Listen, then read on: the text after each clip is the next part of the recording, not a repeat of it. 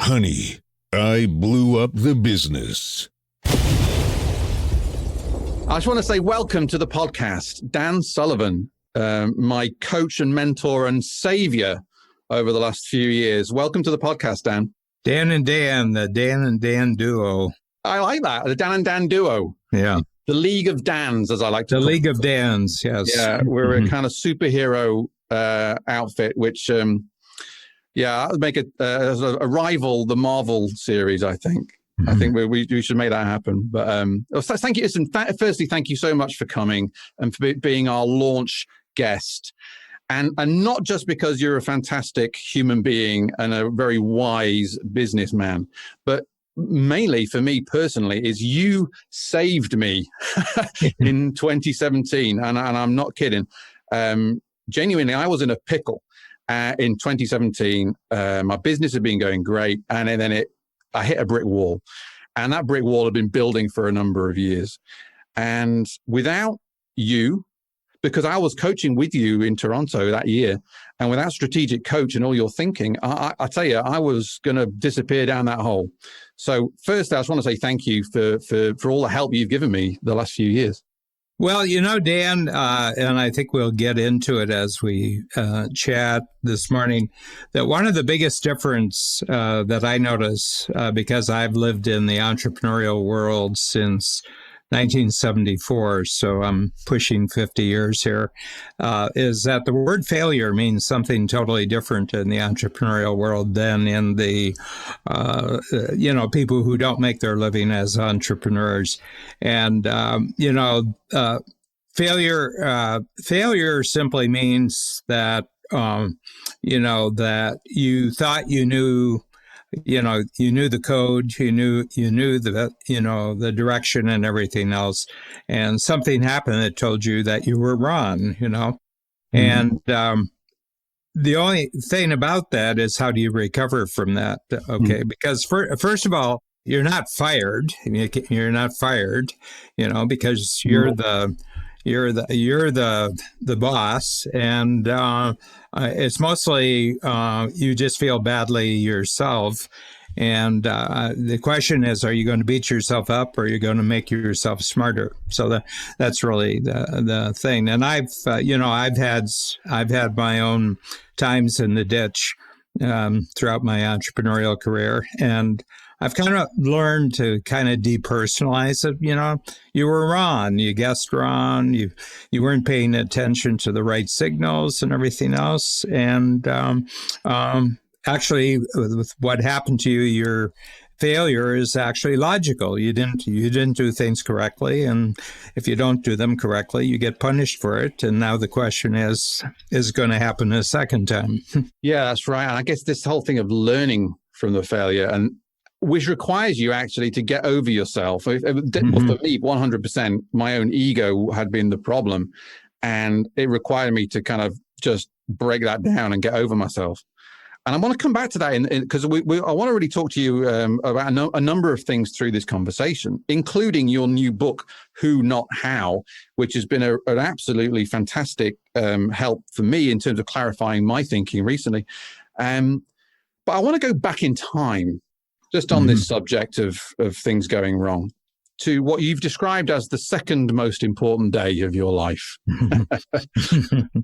Which actually made possible the most important day of my life. Yeah, just before we get into the second most important day of your life, what was the first? Let's clear up this. What is the first most important day of your life?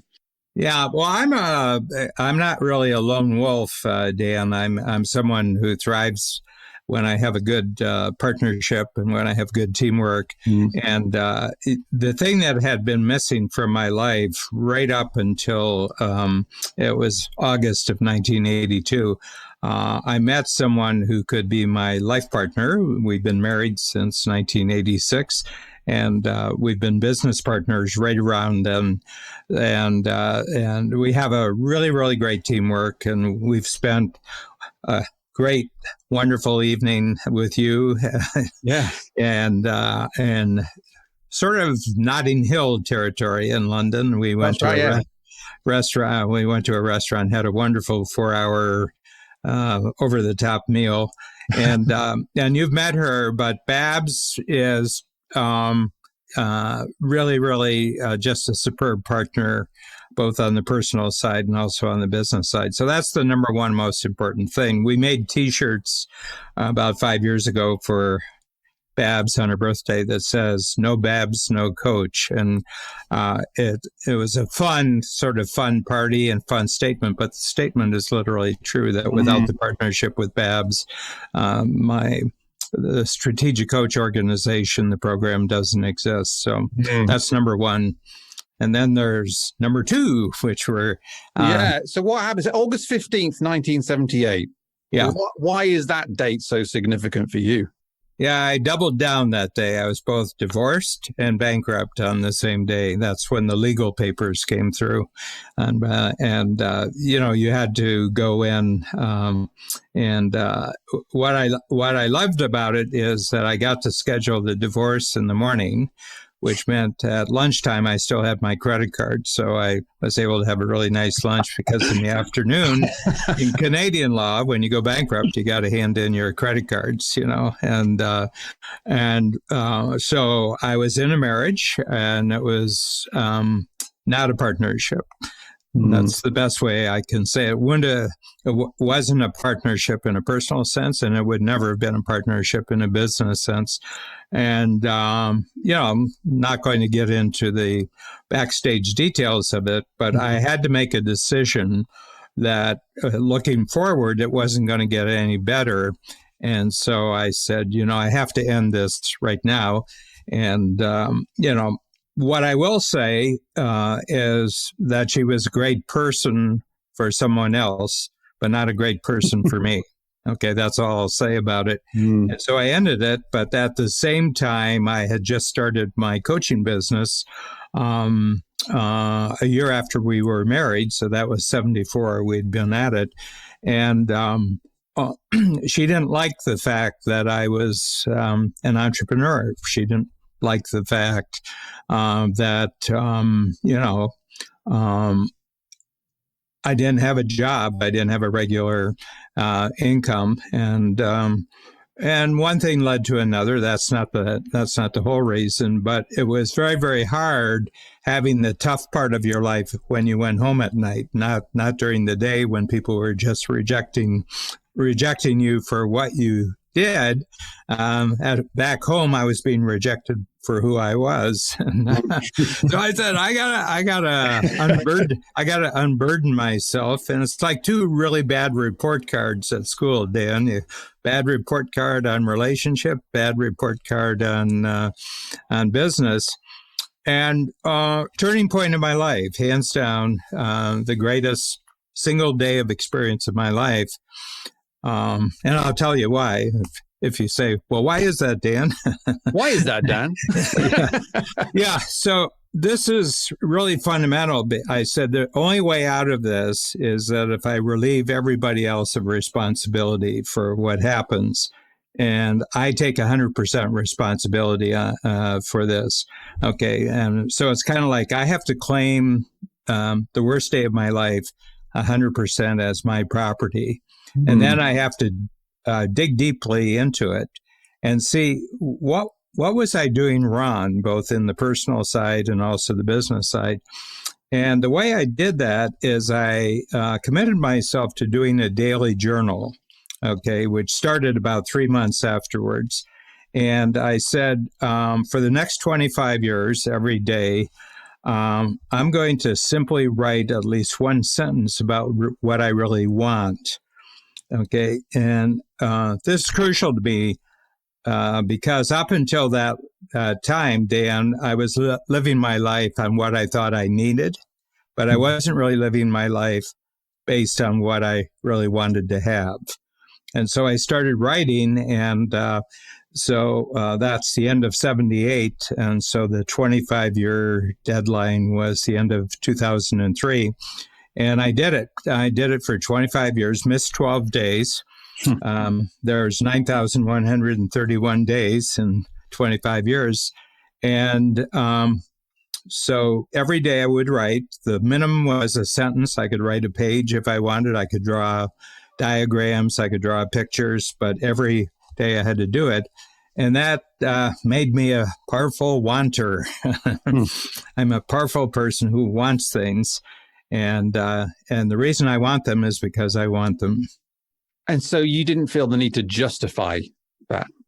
No. And I think I was. I grew up, like everybody else does, with expectations, parental expectations, the culture you grow up in, the expectations of your culture. I grew up working class in Northern Ohio, it was blue collar, 1940s, 1950s. Grew up Catholic. I had very intense Catholic education. It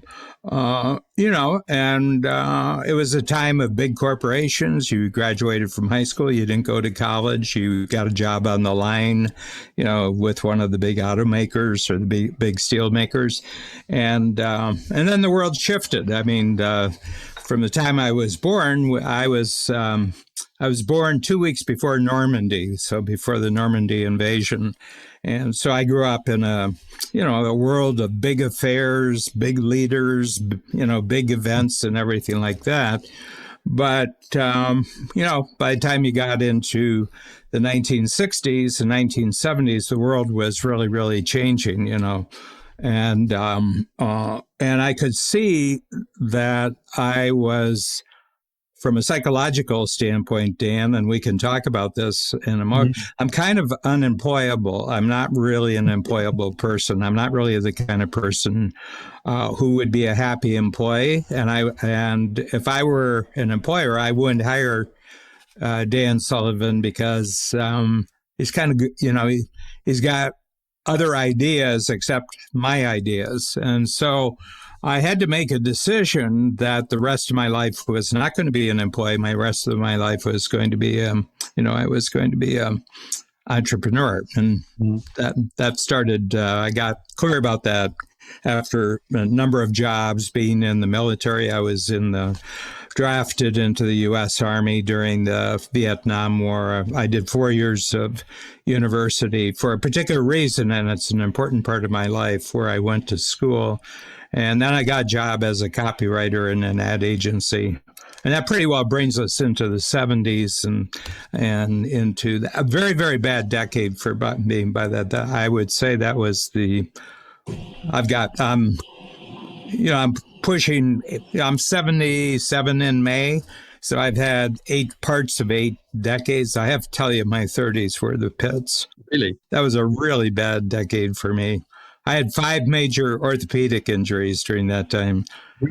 That was while being divorced. That was while being bankrupt and everything like that. So. Wow. So you're the 1970s. You've got all the major parts of your life are just kind of going wrong.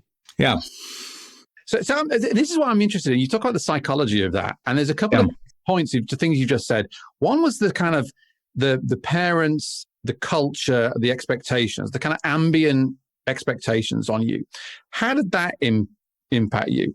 Well, first of all, my parents, I had great parents. I mean, I've got no complaints whatsoever. I thought my parents were great. They were very caring. They were very dedicated.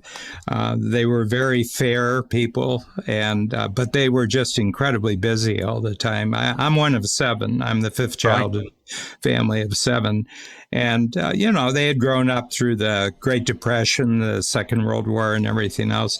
And they were just real busy. They were just real busy all the time. And when you're number 5, they've kind of got the process automated. They give you the hours for breakfast, lunch, and dinner, and they say, when you're 18, get out of here, So that was the... But... they were, everybody was working class. Okay, so everything was working class. And, the whole notion of going to university or going to college wasn't really part of the game at that point. And that all happened as a result in the U.S. because of the war. They gave very, very, great economic support for the soldiers. And, the soldiers, sailors, airmen come back. They had 12 million during the war, and they all got a chance to go to college and get cheap house loans. And it just changed society. It just totally changed things. But I would say just growing up, if I go back, I went to school for 12 years with the same basically 50 kids, and you really got to know them and everything else. And, if we went back now, they all stopped working about 10 years ago, and I'm kind of looking forward to the next 20 years as the best and brightest of my life right now.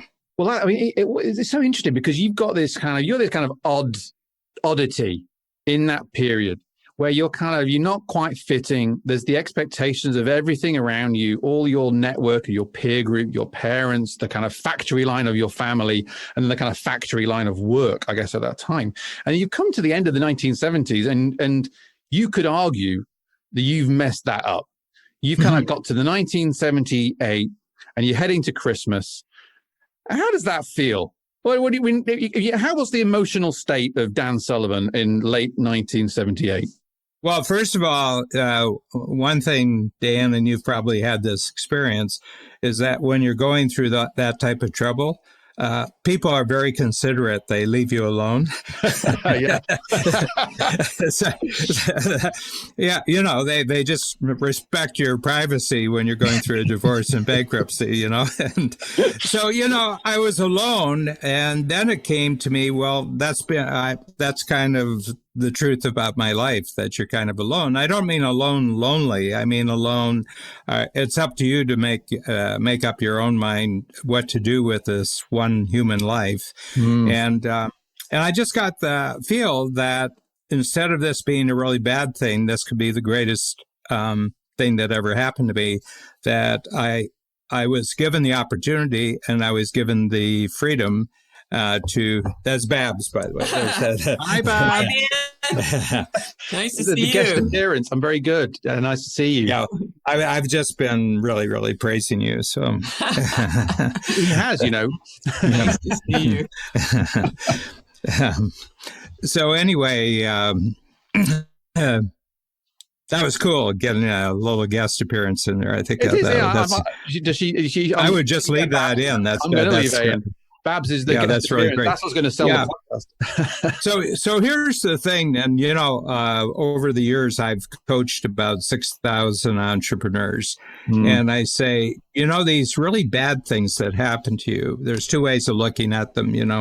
Why me? Why did it happen to me? This, I'm a failure and everything. I said, and there's plays written about this, and there's TV, series written about this. And I said, but if you step back, you have to realize that nobody really cares. Yeah, for sure. No. And the person who is most compassionate and, and is empathetic and everything has a full-time job with their own life. So they don't have a lot of time to think about you. And the other thing is that they're not experiencing what you're experiencing. They may understand it, they may have good insights and everything else. So it's basically up to you. And I said, if I take 100% responsibility for my life when I'm at the worst, and I translate all these experiences into lessons for the future, this is a really good deal. This is a really good deal. I mean, I could be working for a law firm and I was at the top of the ladder, and I was, in, UK terms, I'm making a couple £100,000 a year, and then discover that I absolutely hate what I'm doing. I didn't have that problem. I mean, how do you quit when you're at the top of the ladder? Yeah, quite. So I quit when I fell off the ladder, but then you can figure out, is the ladder against the right wall, or are you, and I think that's really what I came to. So as you asked me about it, and people say, oh, that must have been really terrible. And I said, I have to tell you, it was the greatest experience of my life, being able just to pick up all the pieces and put them back together again the way that I wanted to. That's really fascinating, and because it's both things are true. All the pieces are on the floor, but you can then put them back together again in a new way that's better for you. So you've had this kind of big crash at the end of the 70s, and on one level, from the outside in, maybe people think, "Hey, this guy's messed his whole life up," but from the inside out, you're thinking this is the greatest thing that's ever happened. Now, what I'm curious about is this is a kind of a number of decades ago. What are there any specific habits that you adopted or mindsets you adopted at that time that are still with you today? Yeah, well, certainly the last year has been proof of that. I really gained the right mindsets, and I gained the skill. And so we're just, as we're doing our podcast here, Dan, we're just passing the 1 year anniversary when our entire business, which is based on in-person workshops, on in-person selling, got closed down by the worldwide pandemic and the lockdowns in every country. And I can remember that I was in Chicago on March 13th.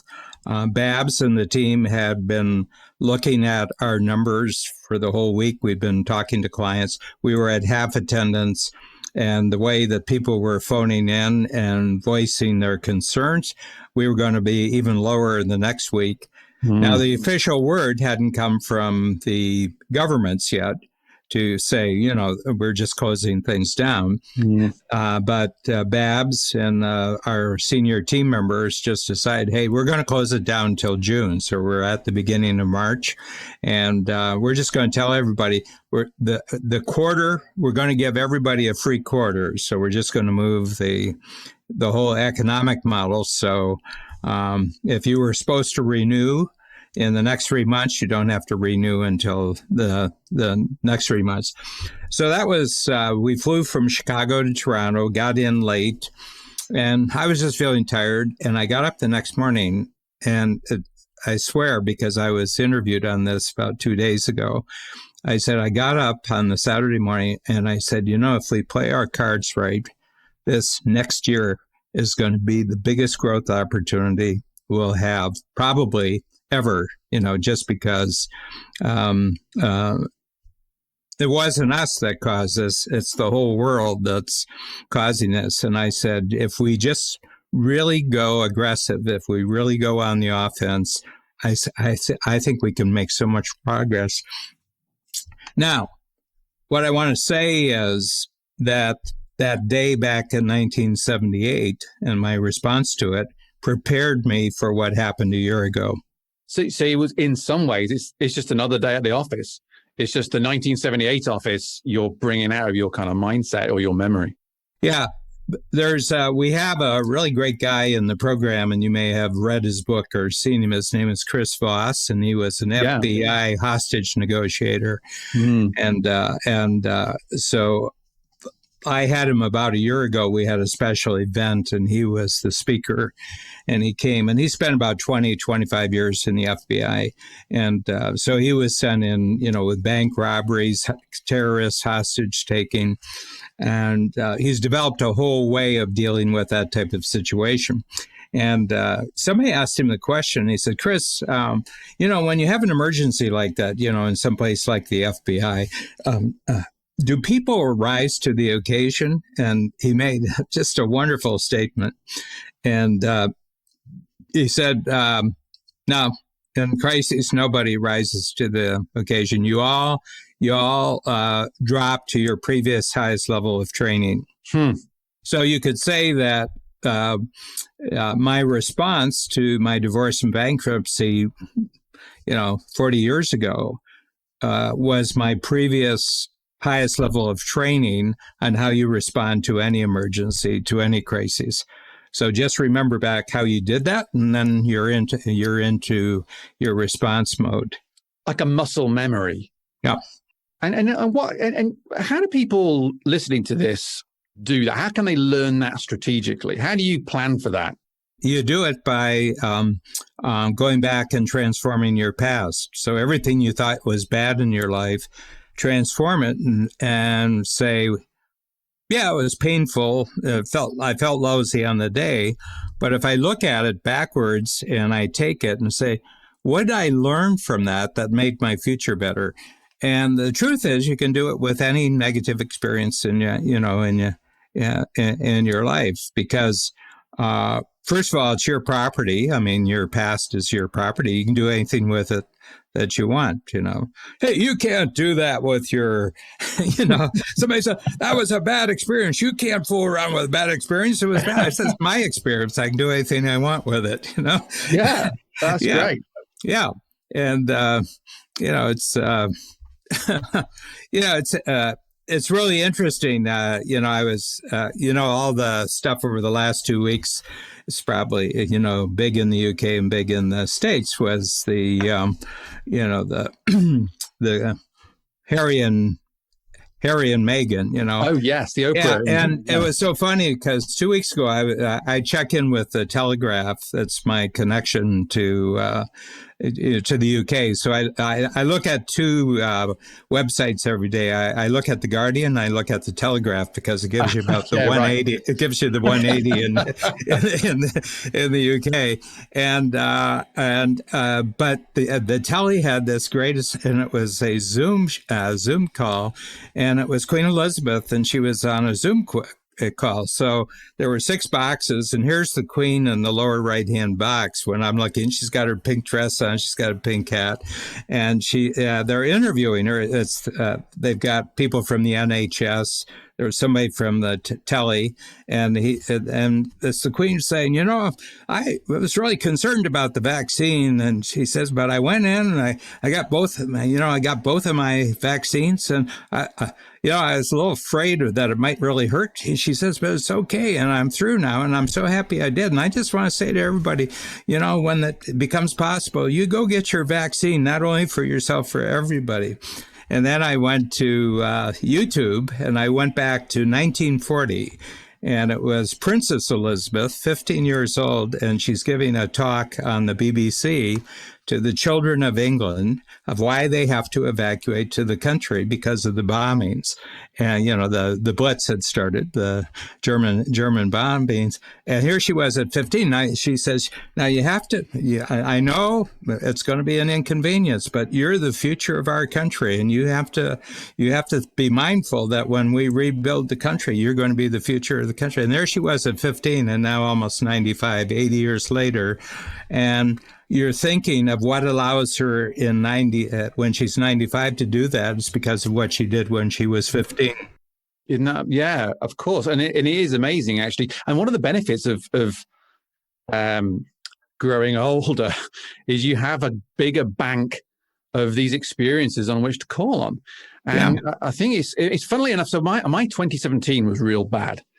And so we were walking our way out of that over the following years. So when 2020 hit and the pandemic hit, we had a similar response. It was like a muscle memory. It snapped in. And we just got into this mode. I have a great team around me. We had a mode, which was the 2017 mode. And we went, hey, we didn't want this to be happening again so soon, but we're just back in that mode. Mm-hmm. So you just get real tight on all of pretty important things.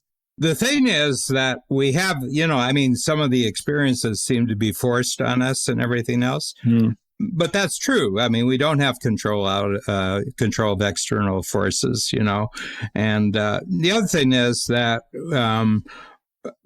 as smart as we may be at any given time, there's a great deal we don't know. There's a great deal that we're ignorant of, and you can get blindsided because of your ignorance. You can, and everything else. But that being said, how you respond to any of that is completely within your control. So my sense is I can't control the world, but when something really powerful happens, and this could be bad, like we've been talking, Dan, or it could be good, because I've just had a big one. You mentioned the book before, and this has really been a big thing for us over the last 6 months. The way the book has taken off and how the book got created and produced and everything else. And the thing is, you can get screwed up just as much by really powerful positive experiences as you can by really negative experiences. Yeah. And so I kind of keep things, I've said, well, that's an interesting lesson. That's an interesting lesson. How do we use that for the future? So I've just learned to do this, that one, it's my property. The other thing is it's nobody else's responsibility. And how do I want things in the future that I can make this valuable?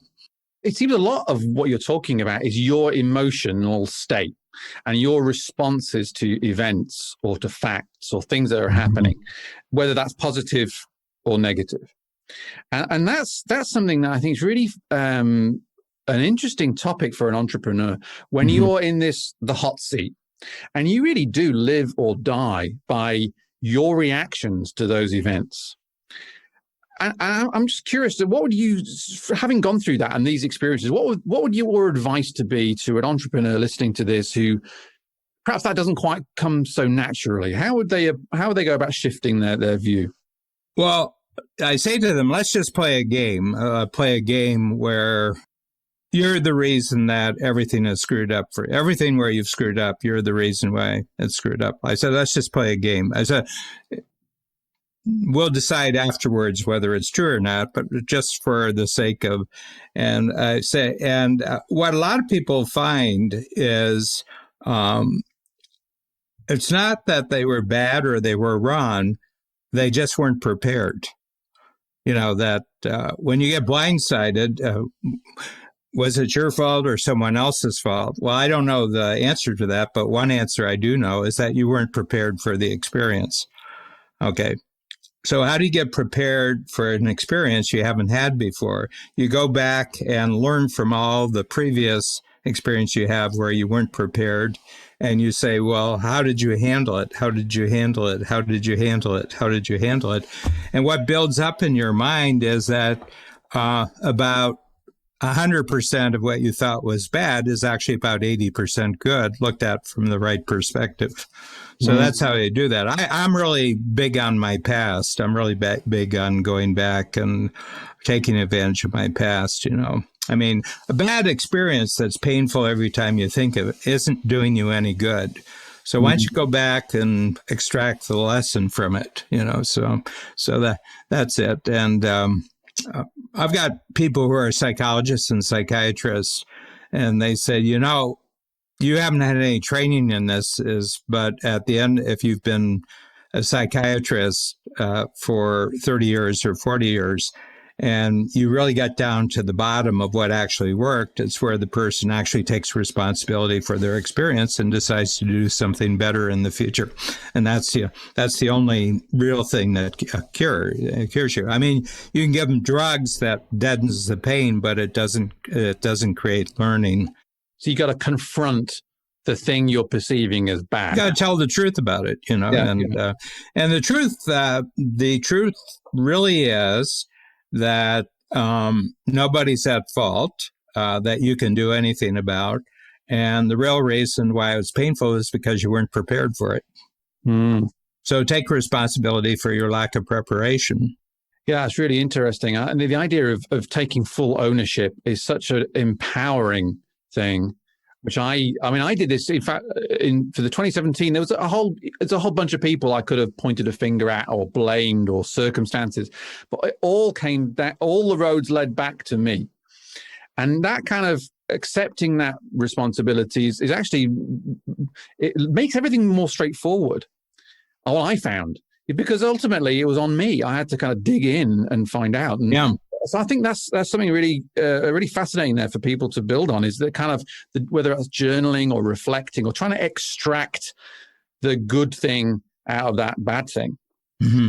So we touched on the book there, Who Not How, and I this is a fantastic book, and it's so full of gold. And I think a lot of the advice in it builds out of this idea of looking for the future. How do you get there? Well, the question isn't how, it's who you're working with to help you get there. Is that a fair summary, or how would you describe this concept? I'll just back up a step, and I have a podcast here in he's in Florida and I'm in Toronto, but Dean Jackson's really a marvelous marketer, especially an online marketer. He really knows a lot, and especially psychologically, how do you operate with virtual communication. And we're great conversational partners. We just, when we get together, we just like jabbing away and, seeing what we can come up with. And he's a 10 quick start. So all three of us are 10 quick starts in the quick start profile. This is the Colby profile. Really, really great. On that particular point, just people who haven't heard of Colby profiles and quick starts, could you just explain quickly what that is? Because that's interesting.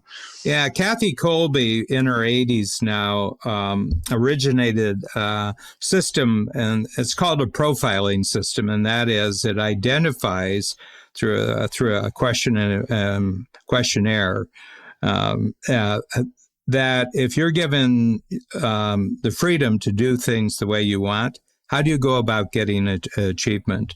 And what she's identified is that some people need a lot of research before they can go into action, and they're called fact finders. And then there's another kind of people who are follow-throughs, and what follow-throughs have to do is they have to actually create a system of action. They've got to actually map out all the steps they're going to take before they'll actually go into action. And I'll skip over the third one because you're the third one and I'm the third one, and Dean Jackson's the third one. The fourth one is people who are hands-on people. In other words, they can't actually start doing anything unless they can use their hands. And you see a lot of people who are artists, they're craftspeople, and but they just have to have hands-on. Okay. Those are the three, and the third one, which is you and Dean Jackson and it's myself, is that the way that we go into action is that we go into action. And as we're going into action, we're immediately asking ourselves, was this right? Was this right? Was this right? And we adjust very, very quickly. So our information gathering really doesn't happen before the decision. It happens after the decision. And generally speaking, a lot of people who have this are only comfortable in life in entrepreneurial situations. Okay, because they don't do fact finding, they don't create systems, and they're not hands-on people.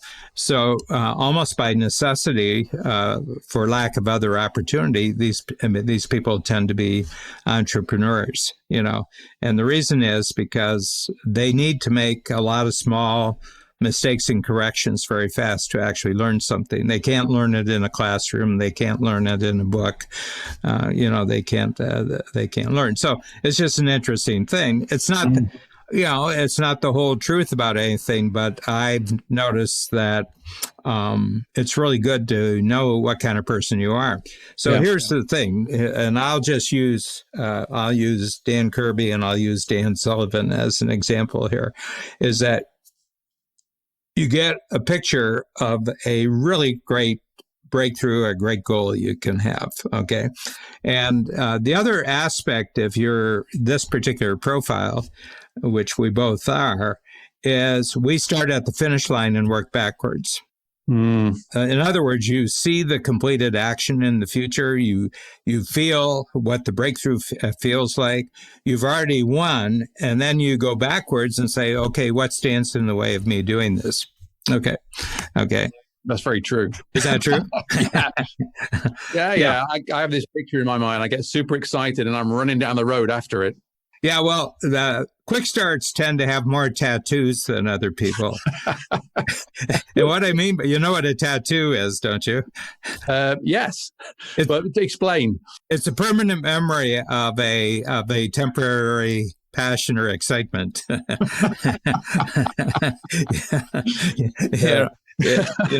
It's Mary, Maureen, Jean, and they're all crossed out, So the whole thing is that there's this sort of immediate excitement for a future possibility. And then you're confronted with something that the actual steps to actually get that future breakthrough involves a lot of work that you aren't any good at. Mm.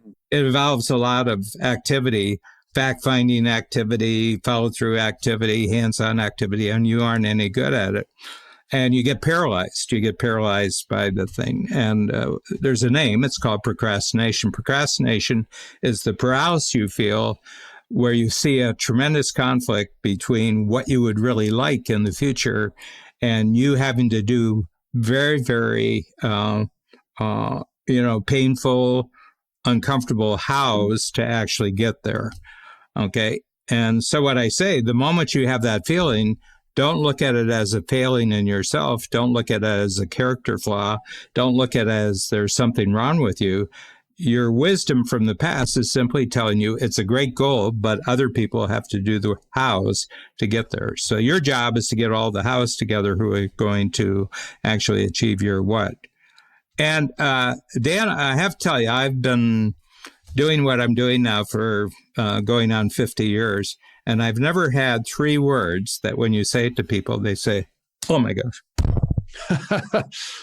Oh, I wish I'd known that 30 years ago. Oh, all the trouble I've gotten into my life is because I thought I was the who had to do the how. Yeah. Yeah, I think it's interesting that it is deceptively simple, actually, who not how, and it's so powerful because this idea of you talk about this in the book, the wisdom within the procrastination. Like this is in a form of wisdom. You just don't know. You haven't Procrastination is very, very deep personal wisdom that you know what you're good at and what you're proposing for yourself doesn't make any sense. This bigger, better thing will not be achieved if you're the one who is going to do the work on it. You're not the one to do the work on it, but there's plenty of work people that you know or who will be attracted if you just give them a chance. And of course, this is why entrepreneurs have to have companies. This is why entrepreneurs have to have teams, because you're really good at the visioning stuff, but maybe not so much at the implementation stuff. Yeah, and that's it's quite liberating. When that penny drops, is liberating. Because I believe, Dean Jackson came up with the phrase "who not how"? Was that? Yeah. So Dean had drawn a diagram of it, and he actually kept the diagram. And he came in one day and he says, I thought about this a long time ago, the who, not how, and he explained the whole thing. And I said, whoa. Yeah. Dean, it's just a question of which of us is going to get to our intellectual property lawyer first right now. But Dean was, he said, look, take it and run with it, and I did, but I wanted to give credit to Dean, and then in every interview I do and everything else, I always do it. And he has another one right now, which is very, very powerful. And I'm just testing out this week. And I says, Dean, I just want you to know, I've already done the paperwork on your new idea, and I credit you with copyright and trademark at the bottom. And all the R&D I do for you, this is a gift to you, So I said, I'm going to develop this and everything, but everything I develop, you own it. And I said, you're very kind with the first one, but from now on, you get credit, and I want to make sure that you get credit for your ideas. Yeah, we came out with the book, and we're in our 6th month right now, and we're up to about 130,000 sales of the book, and that's a big nonfiction. That's a big seller. Yeah. I'm fantastic. I'm really pleased that it's doing so well. I've read it twice now. And the first time I thought, yeah, great stuff. And the second time, as perhaps often happens, it all really, really sunk in the depth. Mm. And there was one sentence or one line in there that I really stuck out for me. And it's until you free up your time, your mind will be caged. So until you free up your time, your mind will be caged. And I read that and I was like, yeah, I can just see how my imagination is restricted and my thoughts are restricted when my time is just being imposed by all these things I feel I need to do, like to activate an idea. So could you explain what you meant by that? Yeah, well, let me ask you a question about the last year specifically. And I've been asking, I have in the, the current quarter, I have about 400 people that I coach who come to my workshops, and we have, 2,500 I have 16 other coaches who coach. And so I asked them, I don't want to get an audit on this, but if you think of daily time traveling prior to last year, and then trips where you flew, trips where you took the train, trips, whatever you did. How much time do you think you've freed up over the last year simply because you couldn't travel?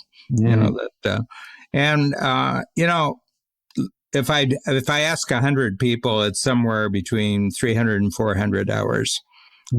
Depending on, some people just work around the corner, and some people fly 500 miles for their work. But it was about 350 hours. And I said, now, let me ask you a question. Did you realize that you got that time freed up? And they said, yeah. I said, now, third question, did you fill it back up again with stuff? And about half the people said, yeah. And I says, you just got the opportunity of a lifetime where you could get freed up. And I said, so if you want to feel good about yourself about this whole period, go back and all the things you filled the time you got back, delegate it, get rid of it and everything, get your 300 hours, and then don't fill up that time. Just leave that part of your time free. So I haven't filled up any of the 300. I got 350 hours back, and I haven't filled it up, and I'm not tightly scheduled. Okay. And I said, what I'm discovering is that there's kind of like a magic to being an entrepreneur, where you just get an idea, or you just meet someone, or you just read about something, and you've got the time to really jump on it as an opportunity, but not if you're tightly scheduled. So that's my thing. You're caged. We cage ourselves with our schedule. Yeah, there's a real guilt, I think, for many people that they have to be putting in the hours. Yeah. That's something you see, or what do you kind of? Well, the old childhood, an idle mind is the devil's workshop. Well, I've got a 70-year view on that all the people who are really rich in the world are the people who worked with the devil in their workshop. Right. Yeah. Need that time. Yeah, but they put tight restrictions on the devil, and the devil had to show up on time and do everything else. And I said, you don't want to avoid the devil. Put the devil to work. That's a great plan. I've got a lot of devil in me. I need to sort of no. But what I mean by that is for people who want things to be ordinary and the same and average and everything, anything that's lying outside of that, it's new, it's better, it's different, it's kind of the devil. And so a lot of entrepreneurs are creative at the start of their career, but as they fill up their schedule with stuff, they stop being creative, And so my feeling is that freeing up of your time and then leaving it kind of free. The other thing is 3 years ago, I'm coming up on 3 years right now, I stopped watching television altogether. I haven't watched any television, so it'd be 21 since July of 2018. And I had a feeling that it was getting out of control. It was just hype. Everything was being hyped.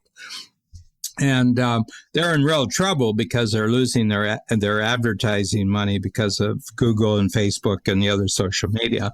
And I think that the worse their bottom line is, the louder they shout, the louder they try to get your attention. And so my sense is, I've gotten to the point where my thinking's better than their thinking. I said, anything somebody says, I think I can think this through better. So, it was the summer of 18. We were away, on holidays. And there was about 6 weeks I didn't watch television. I got back and I said, wow, this feels good. And I said, I wonder how long I can keep this going. And I got through a year. And I said, let's go for another year. I went through 2 years. I said, let's see if we can get 3 years. But I got about 800 hours back. I just looked at on a weekly, 52 weeks, how much television, about 800 hours, and news, kind of hooked a little bit on some of the series and sports. I'm a bit of a sports junkie and everything else. But that 800 hours back from there and the 350 hours back from COVID, I got half a year back. That's amazing. And I think this idea of caging your mind, and I think whether that's in your business or even like you say, watching the TV, you've got all this stuff caging you in. And I've something I've been really consciously trying to do with social media as well. The kind of drama, it's the most important thing ever in this second. And then, of course, it's not. I'm just conscious. I'm conscious of your time, and we're running up to the end of our podcast here. I think that's a really fantastic takeaway, though, that the idea of taking this noise away and giving yourself unscheduled time, uncaging your mind, that's fantastic. And then giving yourself the opportunity to look for who can help you do that rather than feeling the need to carry all that weight yourself. Can I just say something about that? Yeah, because one of the big concerns of entrepreneurs, when I say you have to find who's, and they say, yeah, but I don't have the money for that. And I said, well,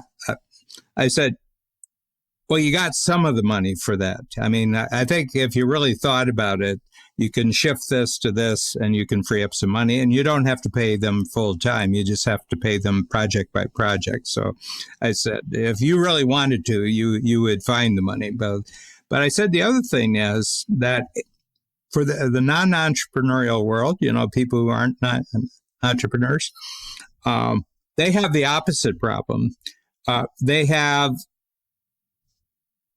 an incredible grasp of what they're capable of doing. In other words, their excitement is really about their skills and their knowledge. What they lack is any purpose for them. And what they're looking for more than anything in the world, somebody could say, hey, here's a really big goal. Take your talent and just work on that. So I would say that 80% of the non-entrepreneurial world are just looking for someone to give them a purpose to use their skills. And I guess that's where, as an entrepreneur, listening to this, we're good at that. You step in. Yeah, exactly. Yeah. I mean, it doesn't cost me any energy to give somebody a goal. That's great. And it's such a kind of great way of seeing the world as, if you're an entrepreneur coming out of what could be seen as the worst year of your career, you can come out of that and turn all of that experience into the best year you've ever had. Just following the principles you laid out, and then turn that into this amazing purpose. Yeah. I've got team members. I've got 2 coming up on 30 years this year. We have about 115 right now total because we're in 3 countries, and about 70% of our team has been with us more than 10 years. Really, and we just let them zero in on what they're great at and keep giving them goals, and they just responded. I mean, I responded, really well over the last year. Babs responded really well, but our team just shifted like that. There was just a whoomp, it was like they were trained battle veterans. They had done this before. They had been through heavy incoming fire and everything like that. And they just 3 days from the decision, they were fully operational, And so, could I leave you with a thought for our next podcast? Because it's very clearly we're not going to say everything we want to say during this podcast. I've got a whole bunch of stuff I want to talk to you about, which I've got nowhere near covering. So I'm hoping for a second. Yeah. Yeah. it has to do with the fact that, and you were just at your workshop via Zoom last week, and one thing that really strikes me as radically different between entrepreneurs and people who aren't entrepreneurs, and that is that people who aren't entrepreneurs usually only talk about their successes or why someone else was preventing them from being successful. Okay, so they're either bragging about their successes or they're complaining about other people who are preventing them from getting. And what I notice more and more as entrepreneurs, fully commit to being entrepreneurs. Okay, it's a life sentence. I mean, they don't realize until you realize it's a life sentence. You don't get serious, And what I notice is they really like talking about their failures, and they really like hearing about other people's failures, not because of the failure, but they just want to know how the person responded. And I think it's the richest conversation in the world that only entrepreneurs talk about their failures as if it's a doctoral degree. They're getting their doctorate degree. And it has nothing to do with the actual failure. It has to do with the response. And I'd love to do a whole program on that because... I'm 100... In fact, the reason I'm doing this podcast is I had this kind of like doofus moment. I was like the Homer Simpson, of 2017. And I was so ironic because I was sat in Toronto with you, with these incredible entrepreneurs, these like amazing people. And my business was just sort of falling off a cliff. And it was so kind of this beautiful irony there. And I just felt like the biggest doofus. And that process of going through that emotional experience, all the turmoil, turning his way out of that's been so rich in learning. And you know what? Even you said this earlier about yourself, even when it was the most difficult time, I was kind of enjoying it, like a street fight. Yeah. I was just like, he's got a knife. And I was in this street fight and I was kind of thriving. So even when it was really bad, I was kind of buzzing. And so, but the point being that the arc that's the kind of archetypal story arc. Yeah. Yeah, it's the hero story, the hero's journey. Yeah, exactly. Yeah. So and it's the turnaround that interests you. It's that was really something. And you turned yourself around. Boy, that's really interesting. What was going on in your mind when you turned yourself around? It's not about the failure. The failure, the admission of a failure simply says that, that you're actually being honest with yourself. That's the only thing that proves that there's someone who can actually tell the truth about themselves when they're failing, and that you really hope for that, another person is honest about that. And, but it's really the story then, well, how'd you put things back together, Yeah. And I think the piece there about truth telling, firstly to yourself, if you can be honest with yourself about the admission of failure and recognizing it, seeing reality as it is, and then you can build out of that. And I think there's something really in there, and that's what I'm hoping to do through this podcast conversation. And maybe why don't we schedule another one with Gord, because I haven't really developed this thought, and I usually need a conversational partner to get. I'll be that. Okay, and I think there's something really in that, and it's so rich, and it's like you say, it is the hero's journey. It's the story of myths and legends from time immemorial, because we all fall into the underworld, and we've got to fight past all those beasts and dragons to get back out of there. And then once you've learned that, you've got to share that with your community. That's the hero's journey. Yeah, and that's what I think is so valuable about this kind of conversation. Yeah, I just was reminded of this yesterday. I don't follow boxing, but over the years, I've been aware of some of the great ones. And one of the greatest ones died yesterday. It was Marvin Hagler. And Marvin Hagler was a great middleweight boxer. And his misfortune was that he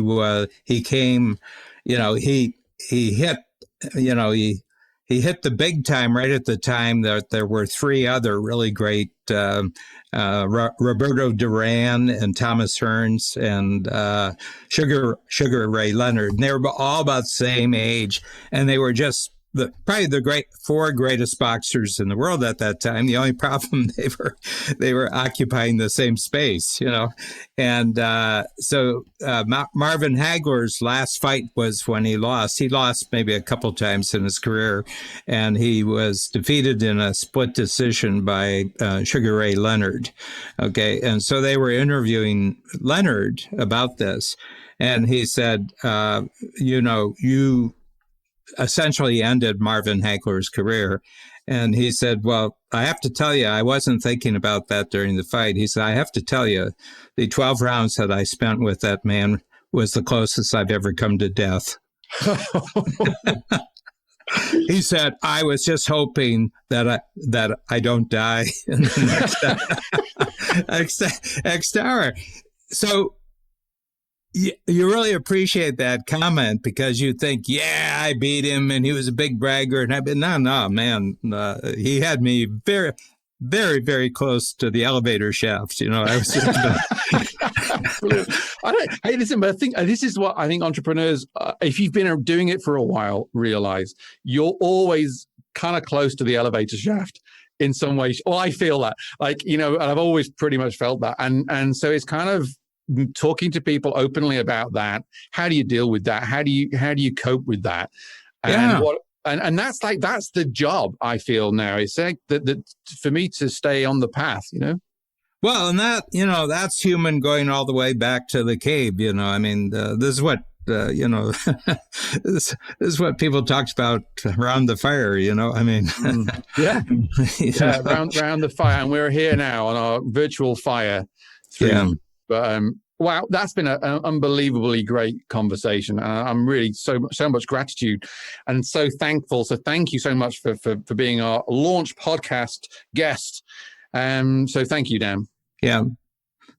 The Deadly Dan Duo, I think that's the new podcast. Yeah, whatever. Yeah. Story of Doom. Yeah, we'll just set it up with Gord Vickman sets up all my, my calls and everything. So that's really great. But I would love to explore this with you because I've just seen it so much and it's so interesting, but it's never talked about in the success books. The success books never talk about this. And my feeling is this is where the learning really is. Yeah, 100%. It's like I read a quote in a yoga book, funnily enough, that the rose grows out of the muck, right? You need all that muck for the rose, the plant, the flower to grow.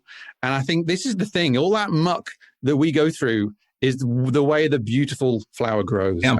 Your company grows out of that. And so talking about that is really important. So thank you so much. I'd like everybody to go to whonothow.com and check out the book and buy the book and read it twice.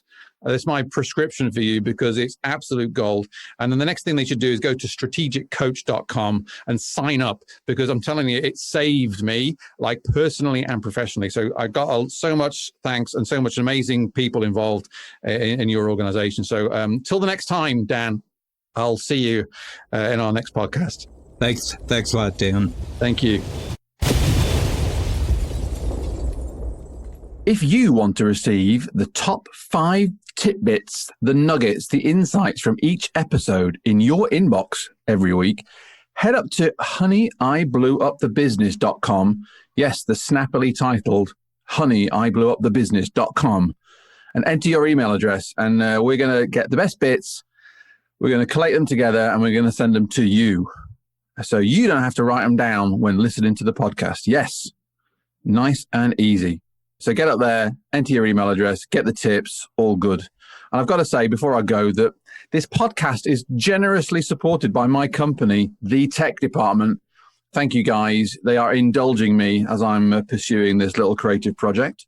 If you want to find a company that helps make your technology better so that gets your business better as well, head up to thetechdept.com. So on behalf of everybody here, thanks for listening. See you next time.